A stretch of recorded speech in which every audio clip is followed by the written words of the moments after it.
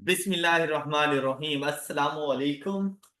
Previous lecture का and हम लोगों ने किया था एग्जांपल नंबर 5 के ऊपर, और यहाँ पर था कि प्रीवियस डाटा हम लोग सारा ज़ूम कर रहे हैं जो हम लोगों ने एग्जांपल नंबर 4 में यूज किया था अपने पास। और इसका डाटा था हमारे पास कि एनुअल डिमांड हमारे पास है 40,000। बेटा annual demand divided by 2 is not equal to average inventory. Average inventory होती है ऑर्डर्ड क्वांटिटी डिवाइडेड बाय 2, उसको एवरेज इन्वेंट्री कहा जाता है। ऑर्डर क्वांटिटी डिवाइडेड बाय 2, वो मेरे पास एवरेज इन्वेंट्री बनती है। अब यहां पर उन्होंने कहा कि हमारे पास 2 रुपीज है प्लेसिंग एन ऑर्डर के, और साथ में 1 रुपी मतलब 10% ऑफ द परचेज प्राइस, और परचेज कॉस्ट हमारे पास 10 रुपीज, मतलब 1 रुपी है हमारे पास होल्डिंग कॉस्ट पर यूनिट। उसके मुताबिक हम लोगों ने ईओक्यू फाइंड किया। ईओक्यू की यह प्रॉपर्टी होती है कि ईओक्यू एक ऐसा ऑर्डर साइज है जहां पर हमारी ऑर्डरिंग कॉस्ट और होल्डिंग कॉस्ट एक दूसरे के इक्वल, तो वहां पर हमारी रेलिवेंट कॉस्ट मिनिमम हो जाती है। ऑल राइट, तो हम लोगों ने इसी डाटा को यूज करते हुए आगे एग्जाम्पल नंबर 5 सॉल्व की, जिसमें उन्होंने कहा कि अगर हम लोग होल्डिंग कॉस्ट को इंक्रीज कर दें, 10 के बजाय 15% कर दें ऑफ द परचेज कॉस्ट, तो हमारे पास होल्डिंग कॉस्ट बन जाएगी 1.5 रुपीज। तो कहते हैं अगर होल्डिंग कॉस्ट हमारे पास 1.5 रुपीज बन जाए तो बताएं कि ईओक्यू के ऊपर क्या फर्क पड़ेगा। तो हम लोग फार्मूले में गए, जहां पर हम लोग 1 रुपी पुट कर रहे थे वहां पर हमने पुट कर दिया 1.5, तो हमारे पास ईओक्यू की वैल्यू आ गई अप्रोक्सीमेट 327। ऑलराइट, फिर हम लोगों ने देखा इससे पहले हमारे पास ईओक्यू था 400 का, एनुअल डिमांड थी हमारे पास 40,000 की। तो हम लोग जो टोटल नंबर ऑफ ऑर्डर्स लगा रहे थे वो हमारे पास आ रहे थे 100।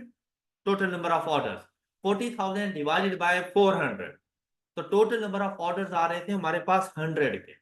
तो उसके मुताबिक ऑर्डरिंग कॉस्ट थी। अब जब हमारे पास ऑर्डर साइज कम हो गया है, तो 40,000 की एनुअल डिमांड को मीट करने के लिए मुझे ज्यादा नंबर ऑफ ऑर्डर्स करने पड़ेंगे। जब ज्यादा नंबर ऑफ ऑर्डर्स करेंगे तो हमारी ऑर्डरिंग कॉस्ट इंक्रीज कर जाएगी, और ऑर्डरिंग कॉस्ट इंक्रीज होकर हो गई 244.6, जबकि पहले हमारे पास ये 200 थी। तो ऑर्डरिंग कॉस्ट इंक्रीज होकर बन गई हमारे पास, इंक्रीज कितनी अमाउंट से हुई 44.6 रुपीज से हमारी ऑर्डरिंग कॉस्ट इंक्रीज हो गई। यहीं पर अगर आपसे ये पूछा जाता कि आपकी एनुअल होल्डिंग कॉस्ट कितनी होगी, तो जो आपकी ऑर्डरिंग कॉस्ट है वही आप लोगों की एनुअल होल्डिंग कॉस्ट होगी, क्योंकि आप ईओक्यू के बारे में बात कर रहे हैं। तो ईओक्यू पर हमारी ऑर्डरिंग कॉस्ट और होल्डिंग कॉस्ट एक दूसरे के इक्वल होगी। बात क्लियर हो गई यहां तक? अब चलते हैं एग्जांपल नंबर 6 पर। कहते हैं रोना manufacturers requires 1500 units of an item per month. The cost of each item is rupees 27. The cost per order is rupees 150, and the material carrying charges work out to 20% of the average material. कहते हैं calculate EOQ by using formula. हाँ जी, formula use करते हुए EOQ की value बताएं। खुद से जरा कैलकुलेट करें कि आपको कौन कौन सी इंफॉर्मेशन गिवन है। सॉल्यूशन पे नजर मत दोहराइएगा कि क्या कुछ है, सिर्फ क्वेश्चन को पढ़ना है आप लोगों ने। और देखिए आपके पास ईओक्यू की क्या वैल्यू आ रही है। अब इधर अगर आप लोग देखें तो ये आपको मिली आपकी ऑर्डरिंग कॉस्ट। ऑर्डरिंग कॉस्ट आपको मिल गई 150 की। यहां पर कैरिंग कॉस्ट मतलब उस इन्वेंट्री आइटम्स को कैरी करने की cost means that holding cost, और वो होल्डिंग कॉस्ट है 20% ऑफ एवरेज मटेरियल। बेसिकली अब आपका एक मटेरियल की वैल्यू क्या आ रही है 27। 27 मल्टीप्लाइड बाय 20%, तो आपके पास वैल्यू क्या बन जाएगी 27 multiplied by is equal to 5.4। ये आपके पास आएगी होल्डिंग कॉस्ट। अच्छा यहां पर देखें तो 1500 यूनिट्स आपकी डिमांड है, लेकिन ये डिमांड कौन से टाइम पीरियड की है? Per month. हमें कौन सी डिमांड चाहिए होती है? Annual demand. तो अब एनुअल डिमांड हमारे पास कैसे आएगी? 1500 multiplied by 12 is equal to,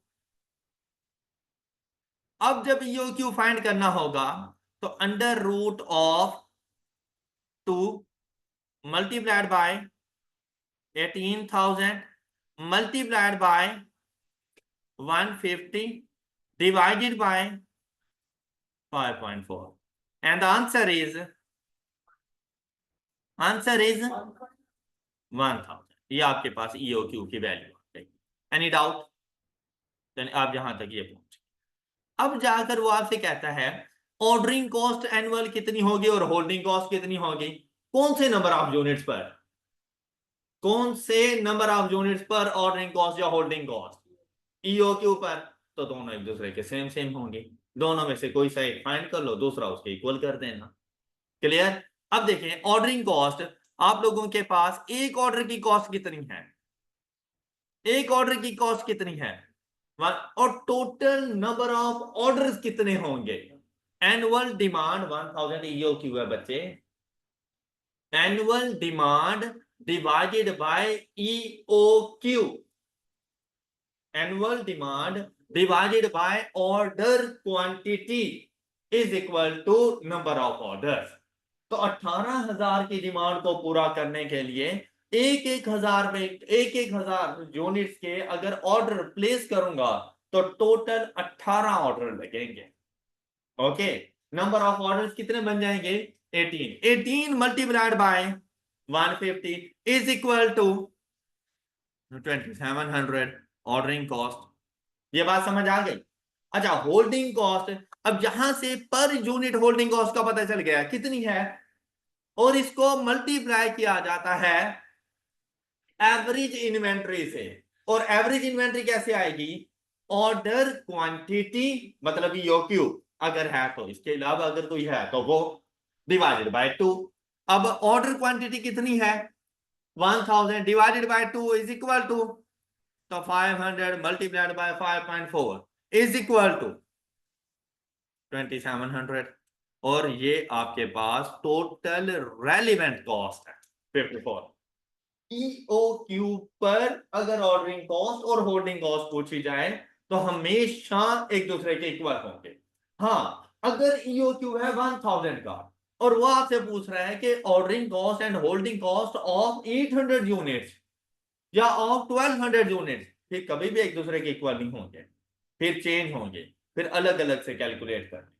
otherwise किसी एक को कैलकुलेट करके आप रेफरेंस दे सकते हैं, क्योंकि ये ऑर्डरिंग कॉस्ट ईओक्यू लेवल के ऊपर है तो होल्डिंग कॉस्ट इसके इक्वल होगी। आप अलग से कैलकुलेट करके भी बता सकते। क्या आपको मेरी बात समझ आ गई? क्लियर? अच्छा अब हमारे पास एक अजम्पशन थी, अजम्पशन ऑफ ईओक्यू। उसमें एक अजम्पशन हमारे पास थी, नो क्वांटिटी डिस्काउंट्स अवेलेबल, जो कि प्रैक्टिकली पॉसिबल नहीं होता। हमें क्वांटिटी डिस्काउंट्स मिल रहे होते हैं, हमें बल्क क्वांटिटी डिस्काउंट्स मिल रहे हैं, हमें ट्रेड डिस्काउंट सेटलमेंट डिस्काउंट्स मिल रहे हैं। और जैसे ही हमें डिस्काउंट्स मिलते हैं ईओक्यू इफेक्ट होता है, कभी कम कभी ज्यादा। तो हमें डिसाइड करना पड़ता है कि हम लोगों ने डिस्काउंट्स को अवेल करना है या डिस्काउंट्स को अवेल नहीं करना। तो इसके लिए आप लोगों को वर्किंग दो मरतबा करनी है। एक मरतबा आप लोगों ने वर्किंग करनी है ये अज्यूम करते हुए कि किसी किस्म का कोई डिस्काउंट नहीं।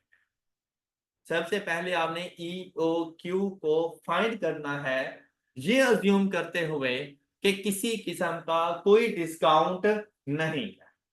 फिर आप लोगों ने ईओक्यू को फाइंड करना है ये अज्यूम करते हुए कि हमने डिस्काउंट को अवेल किया। Got it? तो मतलब ईओक्यू दो मरतबा कैलकुलेट, और उसके बाद जाके आप उन दोनों का कंपैरिजन करेंगे और उसमें से देखेंगे किस पर हमारी कॉस्ट मिनिमम है, कौन हमारे लिए बेनिफिशियल है, हम उसको चूज कर लेंगे। अब यहां पर देखें कहते हैं as per above assumption, it is assumed that no quantity discounts exist. However, sometimes the suppliers offer discounts on bulk purchases. In such a case, the EOQ model can only be used when the total cost, including purchase price. अब अगर आप लोग गौर करें, इससे पहले जब हम लोगों ने ये अज्यूम किया था कि there is no quantity discounts, तो हम लोग टोटल कॉस्ट नहीं लेते थे, हम लोग जस्ट रेलिवेंट कॉस्ट देख रहे थे। और रेलिवेंट कॉस्ट क्या थी? Holding cost plus ordering cost, हम परचेज प्राइस नहीं देखते थे। लेकिन जब डिस्काउंट्स आ जाएंगे ना, तो हमने सिर्फ रेलिवेंट कॉस्ट नहीं देखनी, हमने टोटल कॉस्ट देखनी है, और टोटल कॉस्ट में परचेज प्राइस भी शामिल है। तो आप लोगों ने उस इन्वेंट्री लेवल के ऊपर उसकी परचेज प्राइस, उसकी होल्डिंग कॉस्ट, उसकी ऑर्डरिंग कॉस्ट टोटल लेना है, और टोटल का कंपैरिजन। क्या आपको ये बात समझ आ गई है? क्लियर जी। नेक्स्ट देखें, कहते हैं after taking into the account of discounts is more than the cost of EOQ. This means the entity shall evaluate both the options and determine which option gives the lesser cost. तो as a businessman हमारे पास profit को maximise करने का ये एक ही rule है कि हमने अपनी कॉस्ट को मिनिमाइज करना है। तो ईओक्यू की डिटर्मिनेशन इसी लेवल पर हो रही होती है कि ईओक्यू एक ऐसा लेवल जहां पर हमारी कॉस्ट मिनिमम हो। तो डिस्काउंट से पहले ईओक्यू लेवल पर अपनी टोटल कॉस्ट को डिटरमिन करो, डिस्काउंट को अवेल करने के बाद ईओक्यू पर अपनी टोटल कॉस्ट को देखो, और फिर उन दोनों में से जो कम कॉस्ट हो आपने उसको ईओक्यू बना देना। बात समझ आ गई? अच्छा, अब देखिए यहाँ पे कहते हैं following steps should be followed in order to calculate EOQ in case of bulk discount. सबसे पहला काम क्या करना है? ईओक्यू को कैलकुलेट करना है इग्नोर करते हुए किसी किस्म के डिस्काउंट। फिर calculate annual inventory cost, annual inventory cost including purchase cost at above EOQ level. जो आप डिस्काउंट के बगैर ईओक्यू आपने फाइंड किया था, इसकी टोटल इन्वेंट्री कॉस्ट फाइंड करें, इसमें परचेज प्राइस भी शामिल होगी। फिर क्या करना है आप लोगों ने? Calculate annual inventory cost at each discount level including purchase cost. अच्छा, अब ऐसा भी हो सकता है कि वो आप लोगों को डिफरेंट डिफरेंट क्वांटिटी लेवल्स खुद बता दे कि अगर आप मुझसे 10,000 यूनिट परचेज करोगे तो मैं आपको 5% डिस्काउंट दूंगा, लेकिन अगर आप मुझसे 12,000 यूनिट परचेज करोगे तो मैं आपको 7.5% डिस्काउंट दूंगा, अगर आपने मुझसे 15,000 यूनिट परचेज किया है तो मैं आपको 10% डिस्काउंट दूंगा। अब क्वांटिटी लेवल तो वो खुद बता रहा है। पहला ईओक्यू विदाउट डिस्काउंट्स हम फाइंड करेंगे, बाकी जो वो quantity level different discount rates के साथ बता रहे हैं उसके मुताबिक हम टोटल कॉस्ट फाइंड कर लेंगे, और एट द एंड उनका एनालिसिस करेंगे। Compare annual inventory cost calculated in above 2 and 3 and determine EOQ level at a point where total inventory cost is minimum। मतलब टोटल 4 स्टेप्स अब आप लोगों ने करने होंगे। इनके लिए एग्जांपल नंबर 7 है हमारे पास। कोई ऐसा मुश्किल काम नहीं है, सिंपल सा है, इजीली कर सकते हैं। देखिए, कहते हैं entity ji uses 105 units of an item of inventory every week.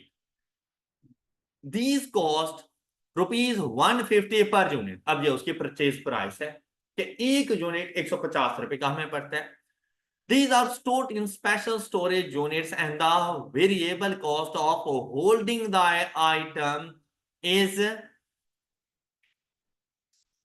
₹4 per unit each year plus 2% of inventory cost।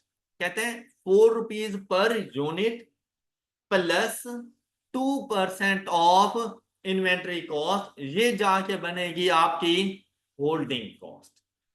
ये क्या चीज है? Storage cost, basically holding cost होती है ना। तो कहते हैं ₹4 तो है ही, हर हाल में आपने पे करनी है, ये फिक्स्ड है। लेकिन सिर्फ ₹4 नहीं है, आपने 22% ऑफ इन्वेंट्री कॉस्ट भी पे करना है होल्डिंग के तौर पर। अब एक यूनिट आपको कितने का पड़ रहा है? 150 का, उसका 2% कितना बनेगा? ₹3। 150 का 2%, ₹3, ₹4 आपके पास वैसे हैं फिक्स्ड, और ₹3 आपने वेरिएबल पोर्शन के तौर पर भी पे करने हैं। तो एक यूनिट पर टोटल पे कितना कर रहे हो होल्डिंग कॉस्ट? ₹7। तो आपकी होल्डिंग कॉस्ट बनेगी ₹7। अब आप लोग देखें, इससे पहले होल्डिंग कॉस्ट कभी सिंपल वे में बता देता था तो हम लोग जाके यूज कर लेते थे, लेकिन अब देखें कि थोड़ी बहुत कॉम्प्लेक्सिटी लेके आता जा रहा है। जैसे जैसे हम लोग आगे बढ़ते जाएंगे, क्या हम लोग होल्डिंग कॉस्ट को भी खुद से कैलकुलेट करें, हम ऑर्डरिंग कॉस्ट को भी खुद से कैलकुलेट करें।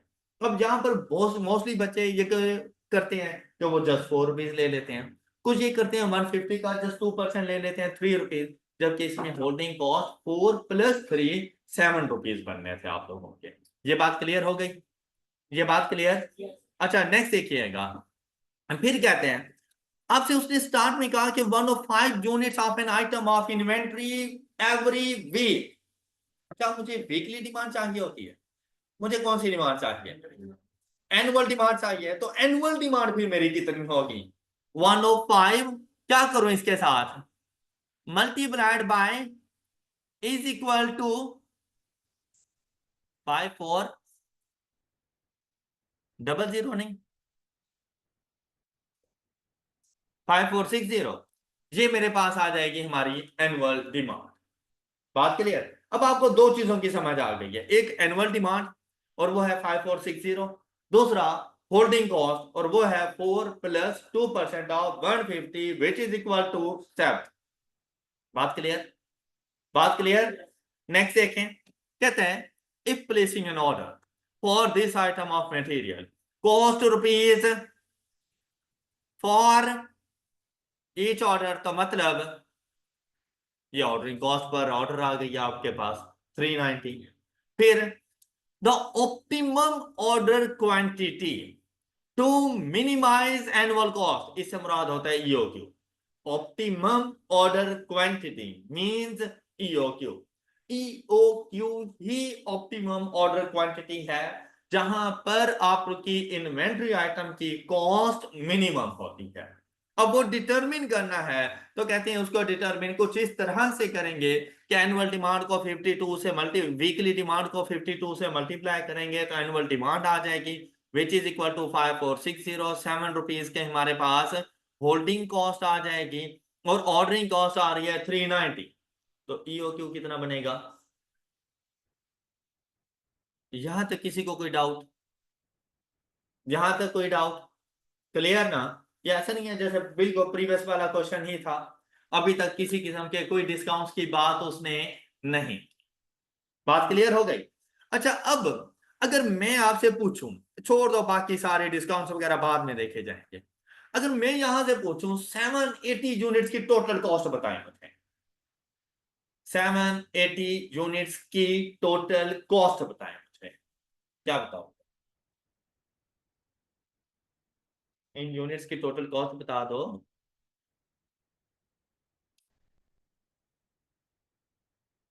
एनुअल कॉस्ट फाइंड करनी है। एनुअली हम लोग नंबर ऑफ यूनिट्स यूज करेंगे 5460, तो 5460 की ही टोटल कॉस्ट आप लोगों ने फाइंड करनी है। एनुअल कॉस्ट है तो आप लोगों ने 5460 की ही टोटल कॉस्ट फाइंड करनी है, लेकिन ये अज्यूम करते हुए कि हम एक ऑर्डर में 780 नंबर ऑफ यूनिट्स ऑर्डर करेंगे।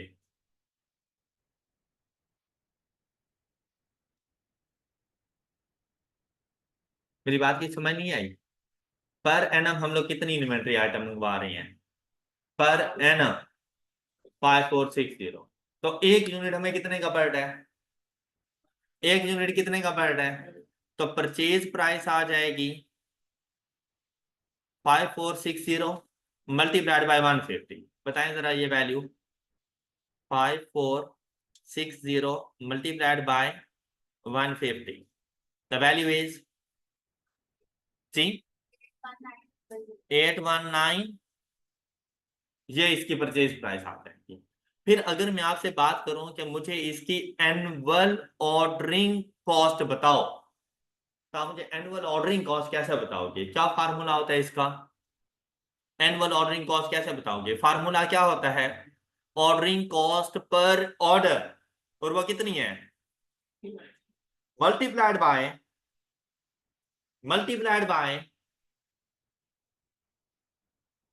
आगे बोलो ना, मतलब मल्टीप्लाई बाय क्या, नंबर ऑफ ऑर्डर्स। तो नंबर ऑफ ऑर्डर्स कैसे आएंगे हमारे पास, annual demand divided by EOQ, ये नंबर ऑफ ऑर्डर्स आ गई हैं। तो टोटल और एनुअल ऑर्डरिंग कॉस्ट कितनी बनेगी, 2730। फिर आएंगे एनुअल होल्डिंग कॉस्ट पर। एनुअल होल्डिंग कॉस्ट कैसे आएगी, holding cost per unit 7 multiplied by average inventory, और एवरेज इन्वेंट्री कैसे आएगी, 780 divided by, and the answer is, देखो क्या 780 ईओ क्यों नहीं था, क्या इसी को बेस बना के नहीं टोटल कॉस्ट फाइंड कर रहे हैं, तो देखो ऑर्डरिंग कॉस्ट और होल्डिंग कॉस्ट एक दूसरे के इक्वल आ गई। क्लियर। अब total inventory cost for the year मुझे क्या पड़ेगी, पूरे साल के लिए इन्वेंट्री कॉस्ट मुझे क्या पड़ेगी, 824460। बात क्लियर। अब देखो उसने पहला स्टेप क्या कहा था कि आपने ईओक्यू को कैलकुलेट करना है, तो ये देखो ये हमने ईओक्यू को कैलकुलेट कर लिया। उसने दूसरे स्टेप में क्या कहा था, calculate annual inventory cost including at the, तो देखो इस ईओक्यू लेवल पर मैंने एनुअल इन्वेंट्री कॉस्ट फाइंड कर ली, जो मुझे पड़ रही है 824460। ये बात क्लियर हो गई। अच्छा फिर क्या कहता है क्वेश्चन में, यहां तक किसी को कोई डाउट है तो पूछ लो। अच्छा फिर कहते हैं अब आप सपोज करो कि आपका सप्लायर आपको 1% डिस्काउंट दे रहा है, आपका सप्लायर आपको 1% डिस्काउंट दे रहा है परचेज प्राइस का, कब, जब आप उसे ऑर्डर करो 2000 यूनिट या इससे ज्यादा। अगर आप देखो डिस्काउंट मेरे कितने का ऑर्डर करता, अगर ये डिस्काउंट की बात ना आती, मैं कितने का ऑर्डर करता, तो इधर मुझे डिस्काउंट नहीं मिलता। अब मुझे एक यूनिट पड़ेगा 150 रुपीज का, लेकिन अगर मैं उसे ऑर्डर करता हूं ना 2000 यूनिट, अब उसने खुद उसे बता दिए, तो क्वांटिटी का हमें पता चल गया है कि मैंने एक ऑर्डर पर कितनी क्वांटिटी ऑर्डर करनी है, मैंने 2000 यूनिट करूंगा तभी जाके मुझे डिस्काउंट मिलेगा। तो मुझे एक यूनिट 135 में पड़ जाएगा, एम आई राइट। 1% डिस्काउंट, वन नहीं तो 135 में नहीं, वो तो 10% आता है, 150 का 1% 1.5, तो एक यूनिट मेरे पास जाके पड़ेगा 148.5। गॉट इट, ये बात समझ आ गई। अच्छा अब देखें क्या कहते हैं the order size to minimise total annual cost would require following calculations. अब हमने देखना है कि हमने ऑर्डर कहाँ करना है, क्या ऑर्डर करना है। तो फिर discount on price is available for order size of 2000 units or more which is above the EOQ। अब हमने ये डिसाइड करना है हम अपने EOQ पर रहें या इस 2000 के ऊपर चले जाएं। तो बात वही है, जहां पर मुझे इन्वेंट्री कॉस्ट कम पड़ेगी मैंने वहां पे मूव कर जाना है। आप खुद सोचो कि एक जगह आपको इन्वेंट्री कॉस्ट पड़ रही है 100 रुपए, दूसरी जगह पड़ रही है आपको 102 रुपए, तो क्या आप 102 रुपए के ऊपर जाओगे, 100 रुपीज के ऊपर रहोगे। ईओक्यू लेवल पर जो कॉस्ट पड़ गया वो मैंने कैलकुलेट कर ली। अब मैंने क्या करना है, अब मैंने अज्यूम करना है जैसे मेरा ऑर्डर साइज है 2000, तो 2000 की जाके कॉस्ट को डिटरमिन कर लेंगे। अब परचेज प्राइस क्यों शामिल करते हैं, क्योंकि भाई 2000 के लिए परचेज प्राइस कुछ और है, पर यूनिट सेलिंग जो परचेज प्राइस थी वो कुछ और है, जबकि 780 के लिए मैंने 150 रखा था, इस वजह से परचेज प्राइस शामिल होती है। बात क्लियर है। अगर ये कांस्टेंट आती है तमाम नंबर ऑफ यूनिट के लिए तो हम लोग सिर्फ रेलिवेंट कॉस्ट देख रहे होते हैं, फिर हम लोग परचेज प्राइस नहीं देख रहे होते। क्लियर। अच्छा अब देखिए यहां पर अगर मैं आपसे बात करूंगा भाई 2000 यूनिट्स की मुझे टोटल कॉस्ट बताएं, तो करेंगे कैलकुलेट बिल्कुल ऐसे जैसे 780 यूनिट्स के लिए की है ना, बिल्कुल ऐसे 2000 यूनिट्स की मुझे टोटल कॉस्ट कैलकुलेट करके दें।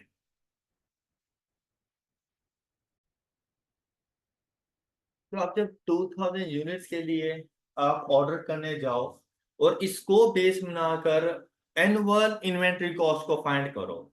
तो आपके पास देखिए डिमांड तो सेम ही रहेगी ना, 5460, चाहे आप 780 का ऑर्डर करो, चाहे 1000 का ऑर्डर करो, चाहे 2000 का ऑर्डर करो, कोई फर्क नहीं पड़ना। अब क्या है, 5460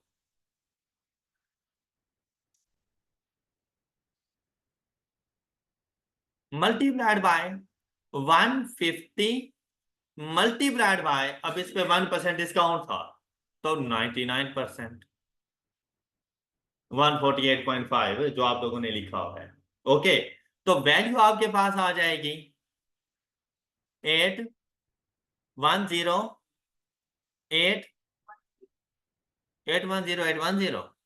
गोल्डन नंबर। अच्छा, अब ऑर्डरिंग कॉस्ट, तो पर ऑर्डर कॉस्ट कितनी है? क्या ये डिपेंड कर रही है किसी चीज के ऊपर? नहीं, आप इसको 390 ही रखोगे, लेकिन इसको मल्टीप्लाई किया जाएगा नंबर ऑफ ऑर्डर्स। अब नंबर ऑफ ऑर्डर्स कितने आ जाएंगे? 5460 डिवाइडेड बाय एक टाइम में कितने नंबर ऑफ ऑर्डर्स, 2000 यूनिट्स का, तो ये टोटल नंबर ऑफ ऑर्डर्स बन जाएंगे आप लोगों के पास। Okay, is equal to 1065। अच्छा, अब होल्डिंग कॉस्ट की बात करें, तो होल्डिंग कॉस्ट के लिए कहा गया था 4 प्लस 2% ऑफ परचेज प्राइस, और अब परचेज प्राइस 150 नहीं है। अब आपकी परचेज प्राइस कितनी है? 148.5, ये बनेगी आपकी होल्डिंग कॉस्ट पर। बात clear? And multiplied by average inventory, और एवरेज इन्वेंट्री कितनी आएगी? वहां is equal to 6970। Okay, and the answer is 818845। अच्छा, अब यहां पे थोड़ा गौर से देखें, 5460 डिवाइडेड बाय 2000 करो, वैल्यू क्या आ रही है? 5460 divided by 2000 is equal to 2 point, क्या आप लोग 2.73 ऑर्डर कर सकते हो? कितने ऑर्डर करोगे? 3 ही करोगे, तो 3 मल्टीप्लाइड बाय 290, 3 मल्टीप्लाइड बाय 390 है 1170। तो ये ना एक किस्म की अप्रोक्सीमेशन वगैरह भी ली जा सकती है कि अगर हम इस तरह से चले जाएं तो हमें ये टोटल कॉस्ट बढ़ेगी। अब इसका अगर आप लोग सोल्यूशन देखें, वैसे इसी तरह से ही हम लोग कर लिया करेंगे। अब अगर आप लोग इसका सोल्यूशन देखें, तो देखो, आपने एक मरतबा कैलकुलेशन करनी है जो आपका EOQ लेवल है, दूसरी कैलकुलेशन करनी है अगर डिस्काउंट के ऊपर कोई क्वांटिटी वो बता दे। हमने उसकी परचेज प्राइस को डिटरमिन किया। आई होप कि ये दोनों क्लियर हैं सब बच्चों को। फिर हमने होल्डिंग कॉस्ट की बात की, तो होल्डिंग कॉस्ट हमारे पास 2730 एंड 6970, ये देखो हमने भी 6970 ही कैलकुलेट किया था। फिर अगर हम लोग इसकी बात करें 2730 ऑर्डरिंग कॉस्ट एंड 1065, जब इनको ऐड किया तो EOQ लेवल के ऊपर टोटल एनुअल कॉस्ट पड़ रही है 824460, जबकि 2000 यूनिट पर टोटल कॉस्ट पड़ रही है हमें 8188, ये 4 ही बनते हैं अगर इसको आप ऐड करो तो। ओके, तो ये यहां पे सिर्फ मिस्टेक है, 7 को 4 कर। Done, done. अलग, जी, अलग क्यों आए हैं? क्योंकि ये EOQ नहीं है, ये EOQ था। देखो यहाँ पे सेम आ गई है। 2000 हमारा EOQ नहीं है, हमारा EOQ तो 780 था। तो मैंने आपसे कहा था कि EOQ लेवल से कम या ज्यादा नंबर ऑफ यूनिट्स ऑर्डर करोगे तो फिर ये दोनों इक्वल नहीं आते। ओके, तो फिर अब डिफरेंट आएंगे, लेकिन जब इसका इंपैक्ट इन टोटल देखते हैं ना, तो इस डिफरेंस को ना हमारा डिस्काउंट कंपनसेट कर जाता है। तो टोटल कॉस्ट हमारी कम हो गई है, हम 2000 यूनिट ही ऑर्डर करें। ओके, जहां पर हमारी टोटल कॉस्ट कम होगी हम उन नंबर ऑफ यूनिट्स को चूज कर लेंगे और वो हमारे पास ऑर्डर क्वांटिटी बन जाएगी। डन। तो अब हम लोग ऑर्डर क्वांटिटी, तो ऑर्डर साइज या order quantity that will minimise total annual cost is, तो अब हम लोग 780 का ऑर्डर नहीं प्लेस करेंगे, हम 2000 का करेंगे ताकि हमें डिस्काउंट्स मिल जाए। Any doubt? Any doubt? चले, अब एग्जांपल नंबर 8 सॉल्व करके दें। एग्जांपल नंबर 8 सॉल्व करके दें।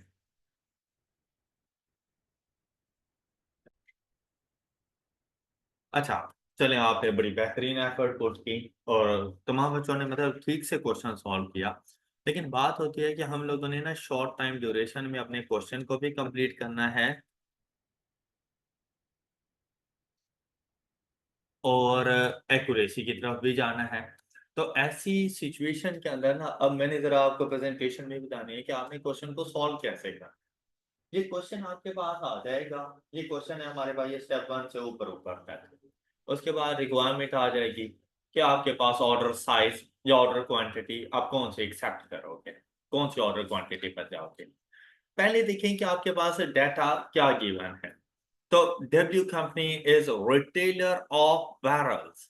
The company has an annual demand of 30,000 barrels. तो ये तो एज इट इज उसने हमें बता दिया, कोई मल्टीप्लाई वगैरह करने की जरूरत नहीं है इसको। द बैरल कॉस्ट ₹12 ईच, अब ये उसकी परचेज प्राइस है एक बैरल की। कहते हैं fresh supplies can be obtained immediately, means कि हमें वेट नहीं करना पड़ता, फौरन से हमें फ्रेश सप्लाई, जैसे ही ऑर्डर करते हैं फौरन हमें फ्रेश सप्लाईज मिल जाती हैं। With ordering and transport cost amounting to ₹200 per order, एक ऑर्डर करने की कॉस्ट ₹200, जबकि annual cost of holding 1 barrel ये होती है हमारी holding cost per unit in stock is estimated to be ₹1.2 per year. तो ये तीनों चीजें तो उसने आपको वैसे ही डायरेक्ट बता दी थी। Annual demand of 30,000, ordering cost per unit per order, ordering cost per order is 200 and holding cost per unit is 1.2। फिर कहते हैं a 2% discount is available on order of at least 5,000 barrels and 2.5% discount is available if the order quantity is 7,500 barrels or above। अब हमने selection करनी है। तो ऐसे question को सॉल्व करने के लिए ये एग्जांपल नंबर 8 है हमारे पास। देखेंगे आपने सोल्यूशन अब कुछ इस तरह से इसका बनाना है। Example 8,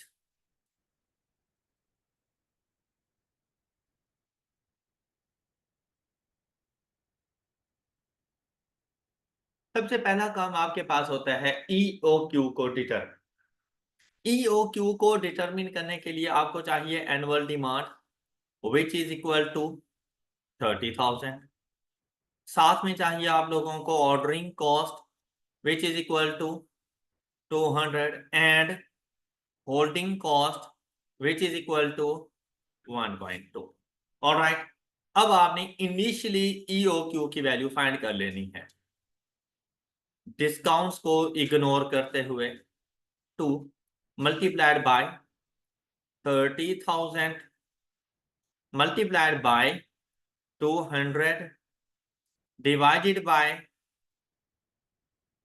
1.2 whole under root। तो आपके पास EOQ की वैल्यू आ जाती है 3162। अच्छा, नंबर ऑफ यूनिट्स होते हैं तो हम लोग डेसिमल्स में नहीं जा सकते, ये कॉन्टिन्यूस डाटा नहीं होता, डिस्क्रीट डाटा है, तो आपने अपनी तरफ से राउंडिंग ऑफ कर लेनी है। जब आप राउंडिंग ऑफ करेंगे ना तो लाजमी बात है आपका बाकी सोल्यूशन भी राउंडिंग ऑफ के साथ चलेगा, तो उसने आपके सोल्यूशन को भी प्रेफर कर देना है। पर ये जरूरी नहीं होता है कि एग्जैक्ट वैल्यूज हमारी मैच हो रही हो, तो राउंडिंग ऑफ की वजह से डिफरेंसेस नजर आ सकते हैं। तो कभी ऐसा होगा कि उसने फुल अमाउंट के साथ सोल्यूशन बनाया होगा, कभी राउंडिंग ऑफ के साथ। तो ऐसा हो सकता है कि अगर सपोज ये आपके पास इन डेसिमल आंसर जा रहा है ना, कितना जा रहा है इन डेसिमल आंसर 3162.3, तो आप ना यहां पे लिख लो अप्रोक्सीमेट इक्वल टू 3162। अब उसे पता चल जाएगा कि आपको एग्जैक्ट आंसर का पता था, लेकिन आप आगे कैलकुलेशन के लिए यूज करोगे कौन सा ऑर्डर साइज है, 3162। बात क्लियर? अच्छा, अब आ गए हम। अब देखो ईओक्यू कितना इजी हो गया ना हमारे लिए कैलकुलेट करना। कल जो थोड़ी सी मुश्किल पेश आ रही थी, आज इजीली ईओक्यू फाइंड कर लेते हैं हम लोग। अब क्या चीज है, अब है प्रेफरेंस, कि डिस्काउंट को प्रेफरेंस देनी है या नहीं देनी, ईओक्यू लेवल पर रहे। और अगर डिस्काउंट को प्रेफरेंस देनी है तो 2% वाले को देनी है या 5% वाले को देनी है। मतलब मैं अगर ऑर्डर करने जाऊं तो मैं 3162 यूनिट्स का ऑर्डर करूं, मैं 5000 यूनिट्स का ऑर्डर करूं, या मैं 7500 यूनिट्स का ऑर्डर करूं। ऑलराइट, तो आपने बना लेने हैं यहाँ पे 3 कॉलम। अब ये सोल्यूशन आ रहा है, यहां पर बनाएंगे 3 कॉलम। यहां पर सबसे पहले आप लोग लिखोगे अपनी क्वांटिटी ई ओ क्यू वाली, विच इज इक्वल टू 3162। फिर जो आपको डिफरेंट डिस्काउंट्स लेवल पर क्वांटिटी बता रहे हैं, वो चाहे 2 हो, 3 हो, 4 हो, वो आपने सामने लिख देंगे 5000 एंड। अब आप लोगों ने सोल्यूशन सही बनाया था, लेकिन आप लोगों की ना प्रेजेंटेशन ऐसी नहीं। अब अगेन जब ये सोल्यूशन बनाना पड़े तो आपने बिल्कुल ऐसे ही बनाना है। अब आप यहां पर आओगे, यहां पर आप उसे बताओगे कि भाई ये है मेरे पास ऑर्डर साइज।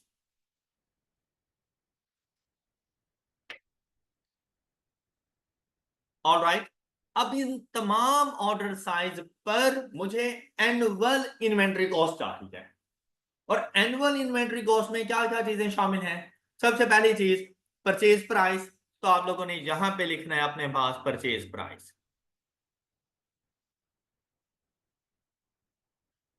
Purchase price. अच्छा, अब ये परचेज प्राइस ना डायरेक्टली नहीं आ सकती आपके पास, आपको थोड़ी बहुत कैलकुलेशंस करनी है। अच्छा, इसके लिए 2 मेथड हैं। एक तो ये है कि इन तमाम के लिए एक तो कैलकुलेशंस करनी है, एक तो ये है कि वर्किंग में चले जाओ और कैलकुलेशन कर लो। दूसरा ये है कि छोड़ो वर्किंग को, इधर ही करते रहते हैं कैलकुलेशन। वो कैसे? ये बात याद रखिएगा कि चाहे ऑर्डर साइज जो मर्जी हो, परचेज प्राइस एनुअल डिमांड के ऊपर आएगी। और एनुअल डिमांड हमारे पास कितनी है? 30,000 number of units. 30,000 multiplied by, अगर मैं बात करूं 3162 की, तो क्या मुझे किसी किस्म का कोई डिस्काउंट मिलेगा? तो मेरे क्वेश्चन में मुझे परचेज प्राइस क्या बताई गई थी, एक बैरल कितने का है? 12। तो ये मुझे कौन से रेट पर मिलेगा? At the rate of 12। बात क्लियर? तो ये वैल्यू कितनी आ जाएगी? तो इसके सामने यहां पे लिख लो 360,000। या आपने इसकी कैलकुलेशन की है। बात क्लियर? अच्छा, फिर अगली लाइन में चले जाओ और 5000 के बारे में सोचो कि अगर 5000 का ऑर्डर करता हूं तो एनुअल डिमांड कितनी है? 30,000। जरा सुन लेना अच्छे से, मल्टीप्लाइड बाय एक यूनिट कितने का मिल रहा है? 12 का। लेकिन अगर 5000 का ऑर्डर करूं तो ये 12 का नहीं मिलेगा, इस पे 2% डिस्काउंट। तो ये कितने का मिलेगा?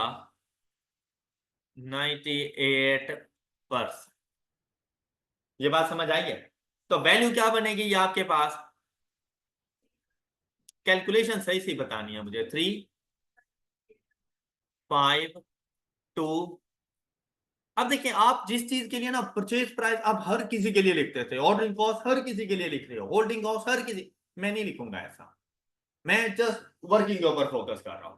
अब इस वर्किंग का ताल्लुक 5000 यूनिट के साथ था, तो मैंने इस वर्किंग के सामने ही 5000 के नीचे वो वैल्यू लिख दी, तो पता चल जाता है ये वैल्यू कैसे आई है। अब इसी तरह से मैं नेक्स्ट अगर चलूं, 30,000 मल्टीप्लाइड बाय 12 मल्टीप्लाइड बाय, अब अगर 7500 यूनिट्स का ऑर्डर करता हूं तो 2.5% का डिस्काउंट, तो मैं उसे कितने परसेंट अमाउंट पे करूंगा? तो 97.5%। ये कैलकुलेशन कर लो। तो वैल्यू क्या बनेगी आपके पास? 351। अच्छा, यहां तक किसी भी स्टूडेंट को कोई इशू? क्लियर? अच्छा, नेक्स्ट आपके पास आ जानी है value ordering cost annual ordering cost.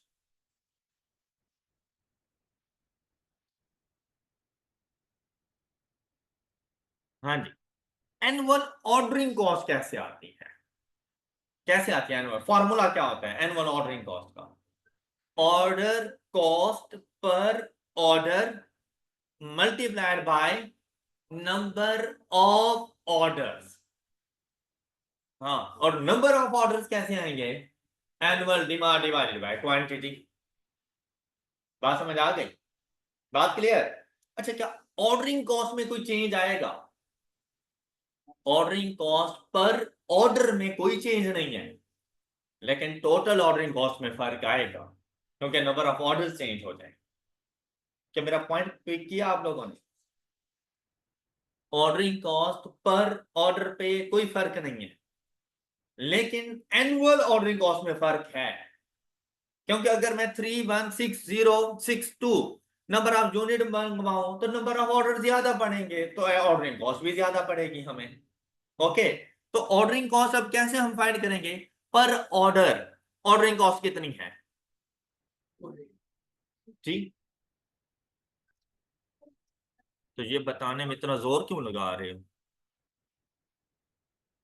Multiplied by number of orders.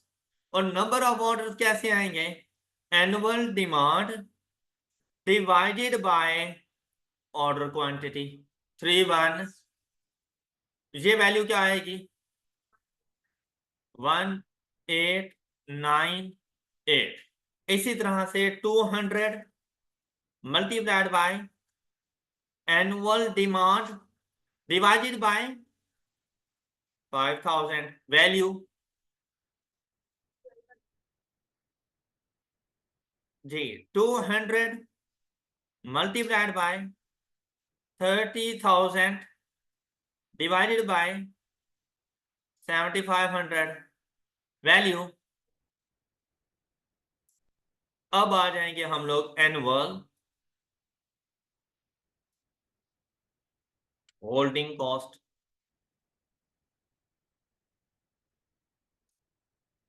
अच्छा, एनुअल होल्डिंग कॉस्ट एक कांस्टेंट वैल्यू उसने बता दी थी, ऐसे ही है ना? कितने रुपीस?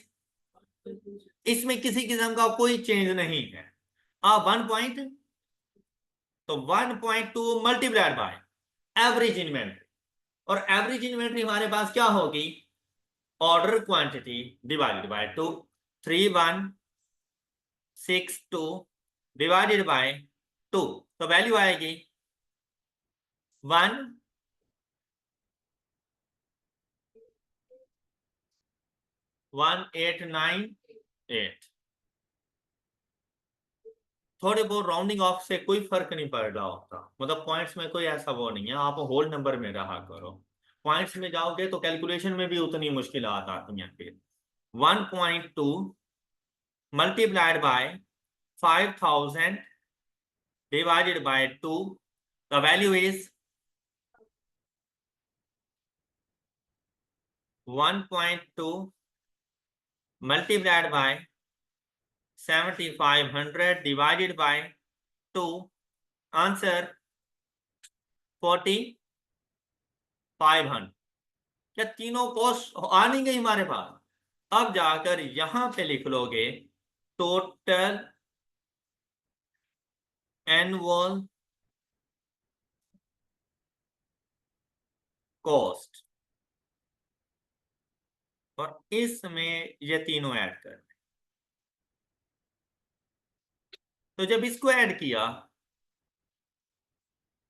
360 और ये तीनों, तो वैल्यू आई 363,795। 8 और 8 16।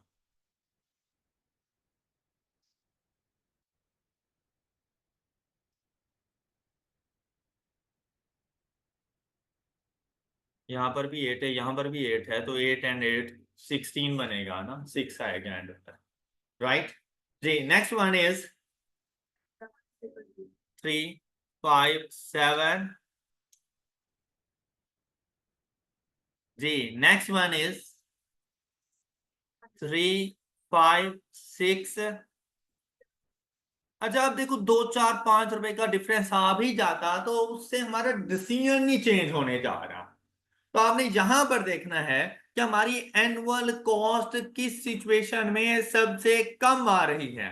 तो सबसे कम एनुअल कॉस्ट कहां पे है? 7500 यूनिट्स पर कितनी? तो order size is hence the order size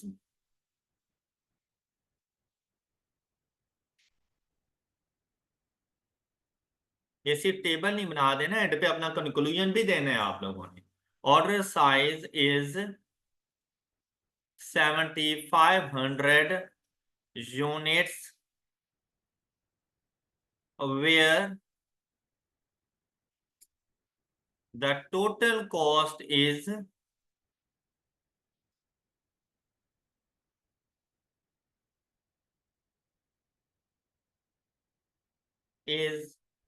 minimum।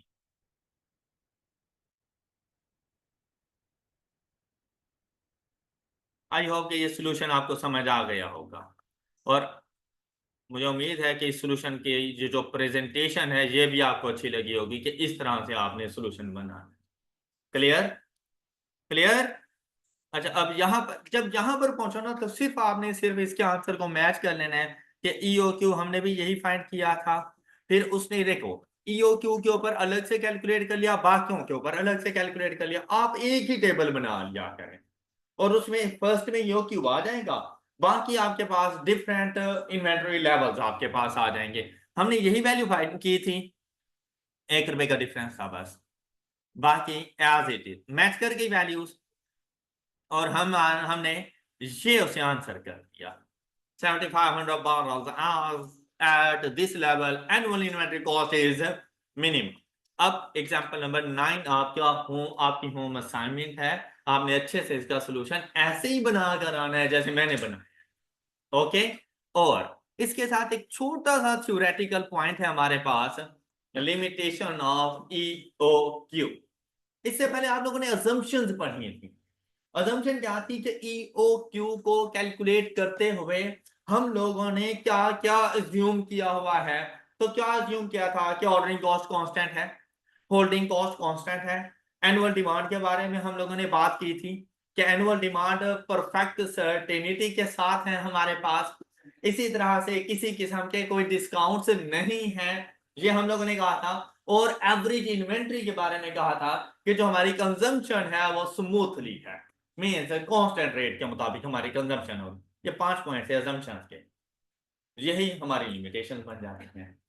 क्या कि जहां पे हमने कहा था ना कि भैया हम लोग किसी किस्म का कोई डिस्काउंट अज्यूम नहीं कर रहे, प्रैक्टिकल लाइफ में जो पॉसिबल नहीं होता। प्रैक्टिकल लाइफ में डिस्काउंट्स मिल रहे होते हैं, हम इनको इग्नोर नहीं कर सकते। तो सबसे बड़ी लिमिटेशन इसकी हमारी डिस्काउंट्स की वैल्यूज है। फिर एनुअल डिमांड के बारे में उसे कहा कि एनुअल डिमांड परफेक्ट सर्टेनिटी के साथ होनी चाहिए। जब हम चलते ही अजम्पशन पर हैं तो परफेक्ट सर्टेनिटी कहां से आएगी? तो कभी कभी अनसर्टेन सिचुएशंस आ जाती हैं जिसकी वजह से हमारी डिमांड में इंक्रीज या डिक्रीज देखने को मिलता है।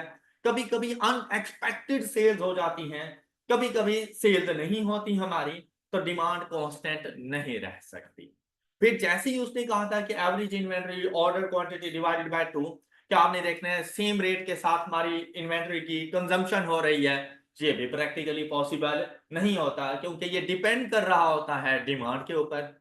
अब अगर कोई आपके पास ऐसे डेज आ जाते हैं जिनमें इन्वेंट्री आइटम ज्यादा सेल हो रही हैं तो लाजिम बात है डिमांड भी ज्यादा होगी, आपको इन्वेंट्री की कंजम्पशन भी ज्यादा करनी पड़ेगी। तो एवरेज इन्वेंट्री का जो फार्मूला था Q/2 वो गलत साबित हो जाता है।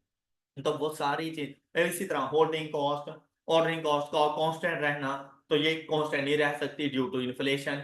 हो सकता है आपको ये चीजें चेंज करनी पड़ जाए, इनमें इंक्रीज डिक्रीज देखने को मिलते हैं। तो ये सारी चीजें आपकी लिमिटेशन बन जाती हैं। तो अगर आपको assumption याद हो तो लिमिटेशन में प्रॉब्लम नहीं होता। जैसे it is assumed that annual demand of a material is known and constant, which in fact not, the demand will be based on sales which may vary। ये बात आपको अब समझ आ गई होगी, अब तो वैसे ही समझ आ गई होगी। अगर यही बात मैं आपको लेक्चर के स्टार्ट में बताता तो कभी भी नहीं समझ आनी थी, है ना। It is also assumed that per order cost and holding cost per unit shall not change. हमने कहा था constant होगी, लेकिन ये क्या कहता है, in practice it is not possible as some of these costs are not controllable. For example, increase in prices of petrol by government will enhance transportation cost. तो आप लोगों के पास आपकी ऑर्डरिंग कॉस्ट वगैरह चेंज हो जाएगी। फिर कहते हैं and other limitation of EOQ model is it's assumption in connection to non-availability of discounts, which is not possible in practice. In seasonal variations situation, the demand will be higher during season while it will be declined in off season.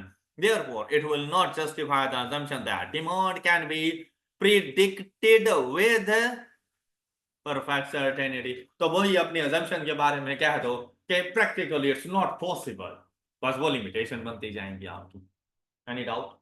तो आप लोगों ने जब इस chapter को तैयार करना है, लाजमी बात है आज भी करोगे, तो विद थ्योरेटिकल नोट्स कि ये अजम्पशन है कि आपका ईओक्यू के पेपर के साथ थ्योरी आ जाए कि हमें ईओक्यू की लिमिटेशन बताएं, हमें ईओक्यू की अजम्पशंस बताएं, तो आपको ये पॉइंट्स याद होने चाहिए। Alright, that's all for today. अपना बहुत सा ख्याल रखिए, नेक्स्ट लेक्चर में मिलेंगे। अल्लाह हाफिज।